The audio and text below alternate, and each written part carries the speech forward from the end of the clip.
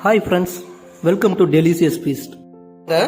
இன்றைக்கி என்ன பார்க்கலான்னா தேங்காய் மிட்டாய் வீட்டில் அப்பப்போ ரெடி பண்ணி வச்சுருப்போம். தீந்துருச்சு, அதனால் குட்டீஸ் கேட்டுகிட்டே இருந்தாங்க. அதனால் இன்றைக்கி தேங்காய் மிட்டாய் போட்டுடலான்னு பார்த்தோங்க. தேவையான பொருட்கள் என்னென்னு பார்க்கலாங்க. முழு தேங்காய் உடைச்சி இந்த மாதிரி திருப்பி எடுத்துட்டுங்க. சர்க்கரை பார்த்திங்கன்னா 1 கப் அளவுக்கு, நெய் பார்த்திங்கன்னா 1 ஸ்பூனு, ஏலக்காய் 3 நம்பர் வறுத்து அரைச்சி பவுடரை எடுத்துட்டுங்க. வீடியோவை ஸ்கிப் பண்ணாமல் பாருங்கள். நம்ம சேனலை ஃபஸ்ட் டைம் பார்க்குறவங்களா இருந்தால் லைக் பண்ணுங்கள், சப்ஸ்கிரைப் பண்ணுங்கள், பெல் பட்டனை கிளிக் பண்ணுங்கள். அப்போ தான் நம்ம போடுற வீடியோ நோட்டிஃபிகேஷனாக வருங்க. வாங்க தேங்காய் மிட்டாய் எப்படி ரெடி பண்ணுறதுன்னு பார்க்கலாம். பாத்திரத்தை அடுப்பில் வச்சுக்கலாங்க. பாத்திரம் சூடானதும் நம்ம திருவி வச்சுருக்கிற தேங்காய் திருவில் சேர்த்துக்கலாங்க.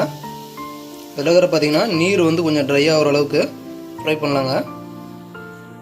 தேங்காய் பார்த்திங்கன்னா ஃப்ரை பண்ணும் பொழுது 1 ஸ்பூனு நெய் ஆட் பண்ணிக்கலாங்க.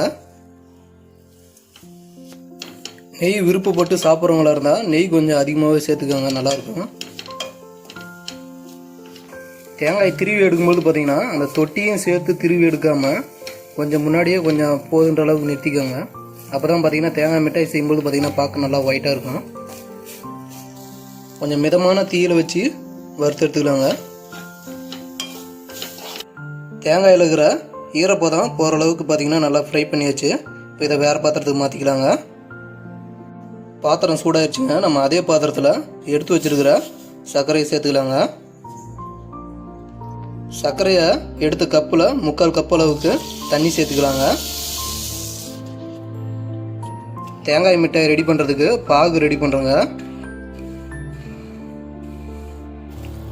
பாருங்கள், சர்க்கரையெல்லாம் நல்லா மெல்ட் ஆகி கொதிக்க ஆரம்பிச்சிருச்சு. வாசனைக்காக நம்ம அரைச்சி வச்சுருக்கிற ஏலக்காய் தூளை ஆட் பண்ணிக்கலாங்க. பாருங்கள், பாகு பதம் ரெடி ஆயிடுச்சு. இந்த மாதிரி கையில் எடுத்து தூள் தொட்டு பார்க்கும்பொழுது பார்த்திங்கன்னா இந்த மாதிரி ஒரு கம்பி பதம் அளவுக்கு வந்துருச்சு. பாகு ரெடி ஆயிடுச்சுங்க.